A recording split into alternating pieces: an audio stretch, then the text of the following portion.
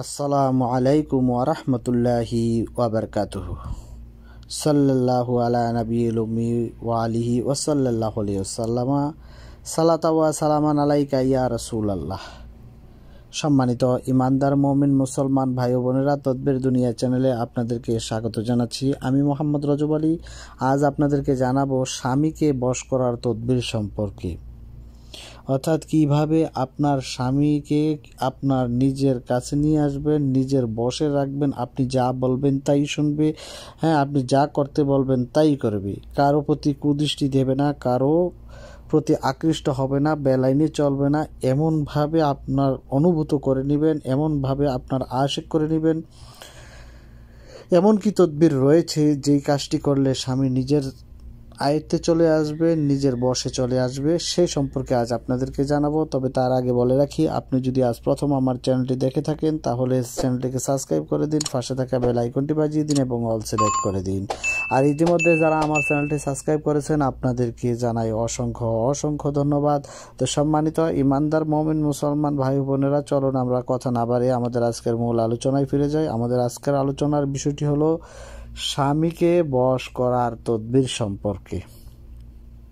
অনেক স্বামী রয়েছেন, তারা স্ত্রীর কথা শুনতে চান না, কিংবা স্ত্রীর উপরে তারা অকথ্য নির্যাতন চালিয়ে থাকেন, অথবা দেখা যায় যে স্বামী পরকীয়ায় লিপ্ত হয়ে গিয়েছেন, অন্য নারীর প্রতি আসক্ত হয়ে গিয়েছেন। এমত অবস্থা ওই স্বামীকে ফিরিয়ে এনে আপনার বশ্যতা মানানোর জন্য আপনি কি ধরনের তদবির করবেন সেই সম্পর্কে আজকে আপনাদেরকে জানিয়ে দেব। যে স্ত্রীলোকের স্বামী তার প্রতি খুশি হয় না, এমন স্বামী রয়েছে যারা স্ত্রীর প্রতি কিছুতে খুশি থাকে না। ঘরে আসলেও দেখা যায় যে তারা মুখ ভার করে থাকে, কথা বলতে চায় না। এমন স্বামীদেরকে বসে আনার জন্য আজকের যেই তদবিরটি দেব, এটি অত্যন্ত সহজ একটি তদবির। আপনারা যে কেউ চাইলে এই তদবিরটি করতে পারেন। আর এই তদবিরটি কিভাবে প্রয়োগ করতে হবে সেটি আগে বলে নেই। আপনি ধরেন মিষ্টি জাতীয় খাদ্যদ্রব্য পাকালেন বা বানালেন, যেমন হালুয়া হতে পারে, মোরব্বা হতে পারে, যে কোনো মিষ্টি জাতীয় তৈরি করার সময় এখন আপনারা একটি আয়াত দেখতে পাচ্ছেন, স্ক্রিনের মধ্যে আমি দিয়ে দিয়েছি। এই আয়াতটি মনে মনে পাঠ করবেন। যখন আপনি এই খাবারটি তৈরি করবেন, মিষ্টি জাতীয় একটা খাবার তৈরি করবেন, তখন আপনি মনে মনে 3 বার এই আয়াতটি পাঠ করে আপনি খানাটি প্রস্তুত করবেন। প্রস্তুত করার পরে আবারও এই মিষ্টান্নটি যখন তৈরি হয়ে যাবে, আবারও আপনি এই আয়াতটি 3 বার পাঠ করে ওই খাদ্যদ্রব্যর মিষ্টান্নর উপর ফু দিয়ে দিবেন। এই মিষ্টান্নটা যদি আপনার স্বামীকে খাওয়াতে পারেন, ইনশাল্লাহ আমি মহান আল্লাহ তাআলার কাছে আশাবাদী, আপনার স্বামী আপনার বশ্যতা স্বীকার করবে, আপনার বাধ্যগত হয়ে যাবে। আপনি যা বলবেন তাই করবে, যা করতে বলবেন তাই করবে, যা শুনতে বলবেন তাই শুনবে। এক কথায় আপনার সে আশেক হয়ে যাবে, আপনার প্রতি সে আকৃষ্ট হয়ে যাবে। এখন আমরা জেনে নিই এই আয়াতটি সম্পর্কে। আয়াতটি হচ্ছে সূরা বাকারার 165 নম্বর আয়াত। সূরা বাকারার 165 নম্বর আয়াত আপনারা যে স্ক্রিনে দেখতে পাচ্ছেন। আপনারা মহাপবিত্র আল কোরআনের 2 নম্বর সূরাটির নামে হচ্ছে সূরা আল বাকারা। সূরা বাকারার 165 নম্বর আয়াত আপনারা কোরআন শরীফ থেকে দেখে নিতে পারেন, অথবা এখান থেকে আপনারা স্ক্রিনশট করে নিতে পারেন। এই আয়াতটি হচ্ছে, বিসমিল্লাহির রহমানির রহিম, ওয়া মিনান নাসি মাইয়াতাখিযু মিন দুনিল্লাহি আনদাদাই ইউহিব্বুনাহুম কাহুবিল্লাহি ওয়াল্লাযিনা আমানু আশাদ্দু হুব্বান লিল্লাহি ওয়ালা ইয়ারাল্লাযিনা যালামু ইয ইয়ারাউনাল আযাবা আন্নাল কুওয়াতা লিল্লাহি জামিয়া ওয়া আন্নাল্লাহা শাদীদুল আযাব। আপনারা স্ক্রিনে আয়াতটি দেখতে পাচ্ছেন, আপনারা স্ক্রিনশট করে নিয়ে যাবেন, সংগ্রহ করে রাখতে পারেন।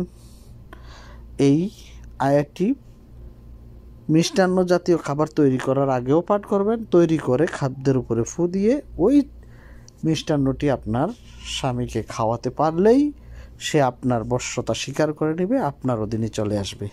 আয়াতটি আমি আরেকবার উচ্চারণ করে দিচ্ছি। বিসমিল্লাহির রহমানির রহিম, ওয়া মিনাল্লাহি মাইয়াত্তাখিযু মিন দুনিল্লাহি আনদাদা ইউহিব্বুনাহুম কাহুবিল্লাহি ওয়াল্লাযিনা আমানু আশাদ্দু হুব্বান লিল্লাহি ওয়ালা ইউরাল্লাযিনা যালামু ইজ ইয়ারাউনাল আযাবা আন্নাল কুওয়াতা লিল্লাহি জামিয়া ওয়া আন্নাল্লাহা শাদীদুল আযাব।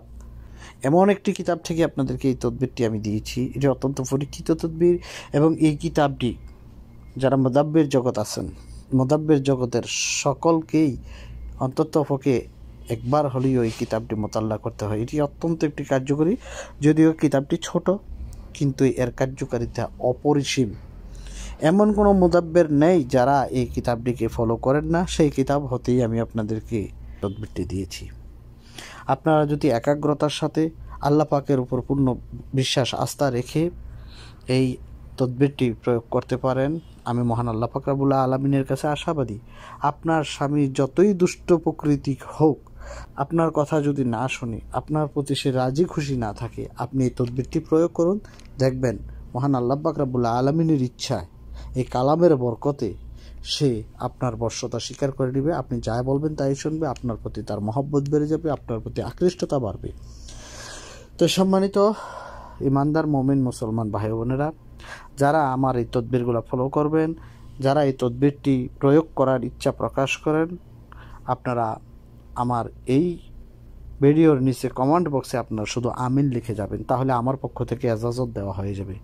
আপনারা যে কেউ আপনারা এই তদবিরটি করতে পারেন, তবে শর্ত হলো যে আমার এই ভিডিওর নিচে কমেন্ট বক্সে আপনারা আমিন লিখে যাবেন, তাহলে আমার এজাজত দেওয়া হয়ে যাবে ইনশাআল্লাহ।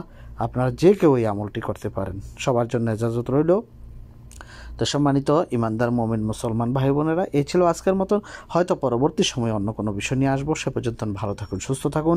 আসসালামু আলাইকুম ওয়া রাহমাতুল্লাহি ওয়া বারাকাতুহু।